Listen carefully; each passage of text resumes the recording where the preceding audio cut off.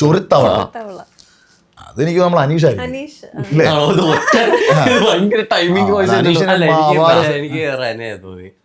അത് അരോചകവാ.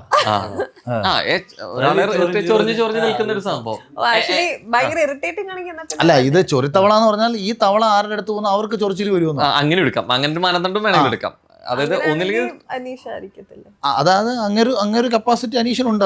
കോമണർ എങ്ങനെയുണ്ട് അയാള് എൻട്രി ആയപ്പോഴേ പിന്നെ കോംപ്രമൈസ് അല്ല, അയാള് മിടുക്കനാണ്. എനിക്ക് മെസ്സേജ് അയച്ചിട്ടുണ്ടായിരുന്നു. ഞാൻ അല്ലല്ല 2023 എനിക്ക് മെസ്സേജ് അയച്ചിട്ടുണ്ടായിരുന്നു. എനിക്ക് ബിഗ് ബോസ് എന്ന് പറഞ്ഞ പ്ലാറ്റ്ഫോമിൽ കയറാൻ ഭയങ്കര ആഗ്രഹമാണ്. ഇയാളുടെ ഒരു വീഡിയോ കണ്ടപ്പം ഇയാൾ ആരാ എന്തോന്ന് അറിയാൻ വേണ്ടിയിട്ടേ ഞാൻ ഇങ്ങനെ കയറി നോക്കി. അന്നേരം പുള്ളി അതിനകത്ത് എനിക്ക് നേരത്തെ മെസ്സേജ് ഇട്ടിട്ടുണ്ട്. 2018 സെൽമി ഇത് ആൻസർ ഷോയിൽ പങ്കെടുത്തിട്ടുണ്ട്.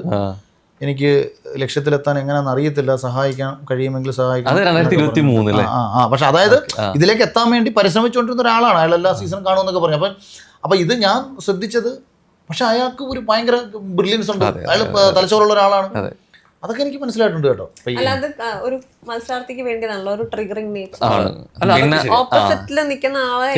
പിന്നെ ട്രിഗർ ചെയ്യുന്നത് അരോചകമാവുന്നുണ്ട്. അതാണ് ചിലടത്ത് പ്രശ്നം. റിപ്പീറ്റഡ് ആയിട്ട് പറയുന്നത് അത് ചിലപ്പോൾ ചിലർ ചിലപ്പോൾ ശൈലി കൊണ്ടായിരിക്കും. പക്ഷെ അത് ഭയങ്കര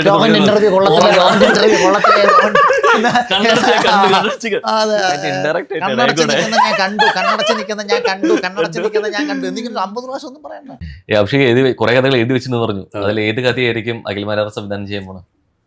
അഖിലേട്ടൻ ചെയ്യുന്ന ഒരു മാസ് പടം, സ്റ്റോറി എഴുതാനുള്ള കപ്പാസിറ്റി ഞാൻ യഥാർത്ഥത്തിൽ വേറെ അല്ല, മാസ് ക്ലാസ് എന്നുള്ളതൊന്നും അല്ല കാര്യം. സത്യസന്ധമായി പറഞ്ഞാൽ എന്റെ കുറച്ച് കൺഫ്യൂഷൻ കിടക്കുന്നത്, എന്നെ തൃപ്തിപ്പെടുത്തണം ഇനി ഒരു സിനിമ.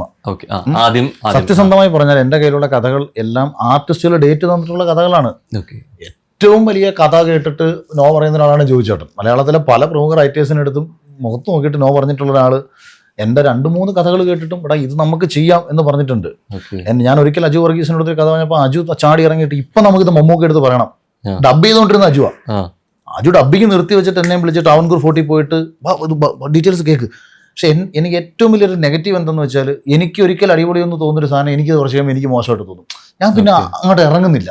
കാര്യം അതിനകത്ത് പറ്റിയൊരു പാളിച്ചെന്നറിയാമോ, ഞാൻ ലൈഫിൽ ഈ ഭയങ്കര വലിയൊരാളൊന്നും ആവാൻ വേണ്ടിയിട്ടൊന്നും ഞാൻ സ്വപ്നം കണ്ടില്ല. എന്നെ കുറെ ആൾക്കാർ പരിഹസിച്ചു. എനിക്ക് ഷോർട്ട് ഫിലിം എടുക്കാൻ അറിയത്തില്ലെന്ന് പറഞ്ഞു. ഞാനൊരു സിനിമ എടുത്ത് കാണിച്ചു. അത് വിജയിക്ക് പരാജയപ്പെടുന്നൊന്നും എൻ്റെ മാറ്ററൊന്നും അല്ല. നിനക്ക് ഷോർട്ട് ഫിലിം എടുക്കാൻ അറിയത്തില്ല എന്ന് പറഞ്ഞ് പരിഹസിച്ച ഒരു വിഭാഗം എൻ്റെ സുഹൃത്തുക്കളോട് നാട്ടുകാരുടെ മുന്നിൽ ഒരു സിനിമ എടുക്കുക. ബിഗ് ബോസിൽ നീ കയറത്തില്ല, നിന്നെ കയറ്റത്തില്ല എന്ന് പറഞ്ഞ ആൾക്കാരുടെ മുന്നിൽ ബിഗ് ബോസിൽ കയറുക, അവിടെ ജയിച്ച് പുറത്തിറങ്ങി വരിക. ഇപ്പൊ ആരും എന്നെ പരിഹസിക്കുന്നില്ല. ഇനിയിപ്പോ ഒരാള് രാഷ്ട്രീയത്തിൽ കയറാൻ പറ്റൂല, അതൊക്കെ വിചാരിച്ച നാളെ കയറാന്ന് കാര്യമില്ല. പക്ഷേ ഇടയ്ക്ക് എന്നുള്ള രീതിയിലേക്ക് ഈ തുറന്നു പറച്ചിൽ എപ്പോഴെങ്കിലും അതൊരു അപ്പുറത്തെ വശത്ത് ഞാൻ പിന്നെ എൻജോയ് ചെയ്യുന്ന പ്രോസസ് ഇതൊക്കെ. ഇങ്ങനെ നാട്ടുകാർക്ക് വേണ്ടി എന്തെങ്കിലുമൊക്കെ സംസാരിച്ച് വല്ല വഴക്കൊക്കെ ഉണ്ടാക്കി ഇങ്ങനെയൊക്കെ പോകും. നാട്ടുകാർക്ക് വേണ്ടി സംസാരിക്കലാണോ സംസാരിച്ചിട്ട് അല്ലല്ല, അത് നമ്മളെ എതിർക്കുന്നത് ആരാണോ എന്നുള്ളതാണ് നമ്മുടെ സന്തോഷം. ഇപ്പം കുറേ കഴുതപ്പുലികളെല്ലാം കൂടെ ചേർന്ന് നിന്നൊരു സിംഹത്തിനെ നോക്കി കുറെ പരിഹസിക്കുകയും കളിയാക്കുകയും ചെയ്യുന്നതല്ല. അതിനൊരു റീസൺ ഉണ്ടെങ്കിൽ ആ സിംഹം അത് മൈൻഡ് ചെയ്യാതിരിക്കുക എന്നുള്ളതാണ്. നമ്മളെ ആര് പരിഹസിക്കുന്നു എന്നുള്ളതല്ല, എന്തിന് പരിഹസിക്കുന്നു എന്നുള്ളതാണ് ഞാൻ കാരണമായിട്ട് എടുക്കുന്നത്. ഇപ്പം ഞാൻ വനിതാ തിയേറ്ററിൻ്റെ ഫ്രണ്ടിൽ പോയിട്ട് കോമാളിത്തരം കാണിച്ചതിൻ്റെ പേരിലാണോ എന്നെ പരിഹസിക്കുന്നത്? അല്ലെങ്കിൽ ഞാൻ മറ്റെന്തെങ്കിലും അല്ല, ഞാൻ പൊളിറ്റിക്കൽ അഭിപ്രായം പറഞ്ഞിട്ടാണ്. ഞാനൊരു പൊളിറ്റിക്കൽ ലീഡറെ ചോദ്യം ചെയ്തതിലാണ്. എൻ്റെ സ്റ്റേറ്റ്മെൻറ്റുകളും എൻ്റെ അഭിപ്രായങ്ങളും ജനങ്ങൾക്ക് വേണ്ടിയാകുമ്പോൾ അതിന് വിരുദ്ധമായിട്ട് ചിന്തിക്കുന്ന ആൾക്കാർ എന്നെ കുറ്റം പറയുമ്പോൾ ഞാൻ ഭയങ്കരമായിട്ട് ആസ്വദിക്കുകയാണ് ചെയ്യുന്നത്. ഞാനാണ് ശരി എന്ന് പറയുന്ന ഒരു സത്യത്തിലേക്ക് ഞാൻ എത്തിച്ചേരുകയാണ്. അപ്പം നമ്മളെ ഒരാൾ എതിർക്കുന്നു, അതാ ഞാൻ പറയുന്നത്, നമ്മളെ ആൾക്കാർ എതിർക്കുന്നതിൽ ഒരു പ്രശ്നമില്ല. നമ്മുടെ ക്യാരക്ടറിനാണ് നമ്മളെ എതിർക്കുന്നതെങ്കിൽ ഒരു കുഴപ്പമില്ല. അതേസമയം പെണ്ണ് കേസോ കഞ്ചാവ് കേസോ മയക്കുമരുന്ന് കേസോ മറ്റെന്തെങ്കിലും തരിയുടെ പരിപാടികളോ എന്തെങ്കിലുമൊക്കെ കാണിച്ചിട്ടാണ് ആൾക്കാർ എതിർക്കുന്നതെന്നുണ്ടെന്നുണ്ടെങ്കിൽ വീട്ടിൽ കുത്തിയിരുന്നോണം. ഈ നേരത്തെ അഭിഷേകിനോട് ചോദിച്ചു അതേ ഒരു പേടി ഇവിടെ ഇപ്പൊ അവിടെ നമുക്ക് കമ്മ്യൂണിറ്റിക്കെതിരെ സംസാരിച്ചാണെങ്കിൽ കിട്ടുന്ന സപ്പോർട്ടിനെ ബാധിക്കുമെന്ന് ചോദിച്ചു. ഇപ്പൊ പലപ്പോഴും അഖിലേട്ടനാണെന്നുണ്ടെങ്കിലും പറയുന്ന ഒരു സ്റ്റേറ്റ്മെന്റിന്റെ പ്രസ്താവന ഏതെങ്കിലും ഒരു ഭാഗത്തെ വിഷമിപ്പിക്കുന്നുണ്ടോ, അല്ലെങ്കിൽ രാഷ്ട്രീയപരമായിട്ടുള്ള രാഷ്ട്രീയക്കാർക്ക് വിഷമമൊന്നുമില്ല. രാഷ്ട്രീയക്കാർക്ക് ഒരു വിഷമവുമില്ല. അവരിപ്പം മറ്റേ രാഷ്ട്രീയക്കാർ വിഷമമില്ലെങ്കിലും ആ രാഷ്ട്രീയത്തെ അവർ കക്ഷി രാഷ്ട്രീയത്തെ പിന്തുണയ്ക്കുന്ന അവർ നമ്മളെ ചിലപ്പോൾ അനുകൂലിക്കത്തില്ലായിരിക്കും. പക്ഷെ എന്നെ അനുകൂലിക്കുന്ന ഒരുപാട് കമ്മ്യൂണിസ്റ്റുകളുണ്ട് കേട്ടോ. സത്യസന്ധമായി പറഞ്ഞാൽ ഇപ്പം ഞാൻ കഴിഞ്ഞ 2 ആഴ്ച മുന്നേ അല്ലേ ഞാൻ സ്പീക്കർ ആയിട്ടുള്ള പ്രോഗ്രാം ഏകദേശം ഞാനും ഡെപ്യൂട്ടി കേരള നിയമസഭാ സ്പീക്കറാണ് ഷംസീർ സാർ.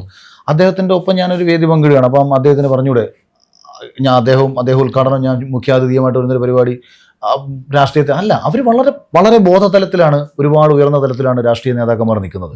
പക്ഷെ അതിന്റെ അർത്ഥം അവരുടെ സാംസ്കാരിക മേഖലയിൽ ചിലപ്പോൾ എന്നെ ഭാഗമാക്കണമെന്നില്ല. ഞാൻ കൂടുതലും കാണുന്നത് കോൺഗ്രസ് രാഷ്ട്രീയത്തിന്റെ ഭാഗങ്ങളിലായിരിക്കും. കാരണം ഞാൻ ആ രാഷ്ട്രീയം അല്ലെങ്കിൽ ആ ഒരു രാഷ്ട്രീയം അധികാരത്തിലേക്ക് തിരിച്ചു വരാൻ എന്നെ കൊണ്ട് എന്ത് ചെയ്യാൻ പറ്റുമെന്ന് സപ്പോർട്ട് ചെയ്ത് കൊടുക്കുന്നത്. അപ്പൊ അതാണ് എൻ്റെ ഒരു രാഷ്ട്രീയം. മറ്റേത് ഞാൻ എതിർക്കും. പക്ഷെ അതിന്റെ അർത്ഥം അവര് സോഷ്യൽ മീഡിയയിലെ കമന്റ്സ് കാണണ്ട. ഞാൻ ഇന്ന് രാവിലെ കത്തനാർ സിനിമയുടെ പോസ്റ്റർ ഞാൻ കണ്ടു. അപ്പൊ ജയസൂര്യക്ക് ആശംസ വെച്ചുകൊണ്ട് പോസ്റ്ററാണ്.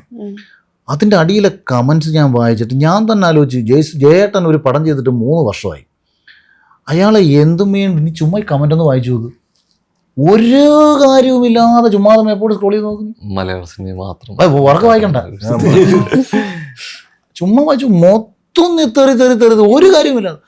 കാരണം അതിപ്പം മറ്റേ പന്നികൾക്ക് ഇഷ്ടം മറ്റേ മലവാ, നമുക്ക് കുറ്റം പറയാൻ പറ്റും. സോഷ്യൽ മീഡിയ കമന്റ് ഇടുന്ന ഇങ്ങനെ ജീവിക്കുന്ന കുറെ ആൾക്കാരുണ്ട്, നമ്മൾ അവരെ അവഗണിക്കുക എന്നുള്ളത്. പക്ഷെ ഭാഷ ഭയങ്കര കട്ടികളായി,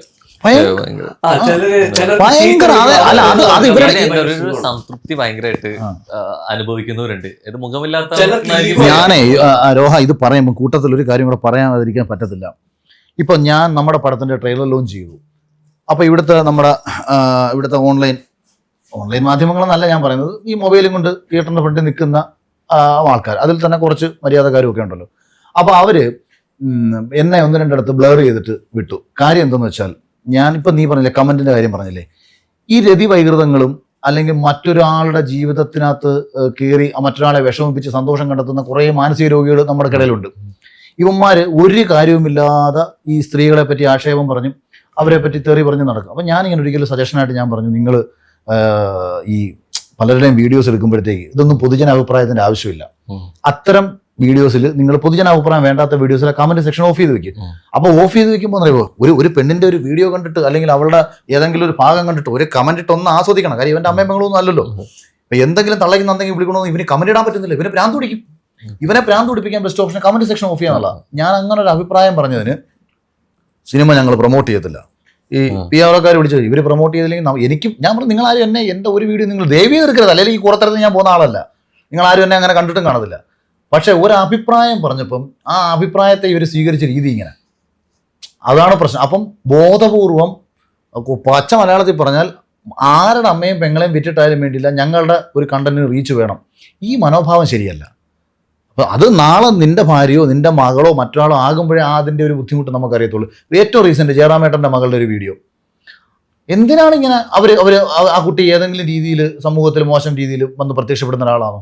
ചിലപ്പോൾ ലൈറ്റ് അടിക്കുന്ന സമയത്തോ അല്ലാതെയോ സ്ത്രീകൾക്കാണെന്നുണ്ടെങ്കിൽ അവർക്ക് ബ്രസ്റ്റ് ഉണ്ടാവും. അപ്പോൾ അതിൻ്റെ അകത്തുനിന്ന് ലൈറ്റ് വല്ലതും അടിക്കുന്ന സമയത്ത് അതിനകത്ത് ഇങ്ങനെ ആക്ഷേപിച്ച് കമന്റ് ഇട്ട് ഒരിക്കലും ചിന്തിക്കാത്ത രീതിയിൽ, എന്നാൽ ഇത് കാണിച്ച് കാശുണ്ടാക്കാൻ നടക്കുന്ന പെണ്ണുങ്ങളുമുണ്ട്, ഇല്ലെന്ന് ഞാൻ പറയുന്നില്ല. അതുകൊണ്ട് അവരെ നിങ്ങൾ ആ രീതിയിൽ പ്രോത്സാഹിപ്പിച്ചു. അപ്പം അത് സമൂഹത്തിൽ നിങ്ങൾ കുറേയൊക്കെ നമ്മളെല്ലാവരും കൂടെ ഒക്കെ ചിന്തിച്ചാൽ കൊണ്ടുവരാൻ പറ്റുന്ന കുറേ മാറ്റങ്ങളുണ്ട്. അത് ഇവരാരും ചിന്തിക്കത്തില്ല. അപ്പോൾ അഭിപ്രായം പറയുമ്പോൾ ഉടനെ എതിർക്കാൻ വരും. അത് ഞാൻ കൂട്ടത്തിൽ കൂട്ടിയത് ഈ കമന്റിന്റെ കാര്യം പറഞ്ഞുകൊണ്ട് ഞാൻ പറഞ്ഞത്. അതെ, പലപ്പോഴും അങ്ങനെയാണ്. ഈ മുഖമില്ലാത്തോടത്ത് നിന്ന് തന്നെയാണ് ഇത്തരം വാക്കുകൾ ഉപയോഗിച്ച് വരാറുള്ളതും. അങ്ങനെ ലാലേട്ടനോട് ഈ അടുത്ത് ചോദിച്ചപ്പോൾ ലാലേട്ടൻ പറഞ്ഞില്ലേ, മുഖമില്ലാത്ത കമന്റുകൾക്ക് നമ്മൾ എന്തിനാ മറുപടി കൊടുക്കുന്നത്.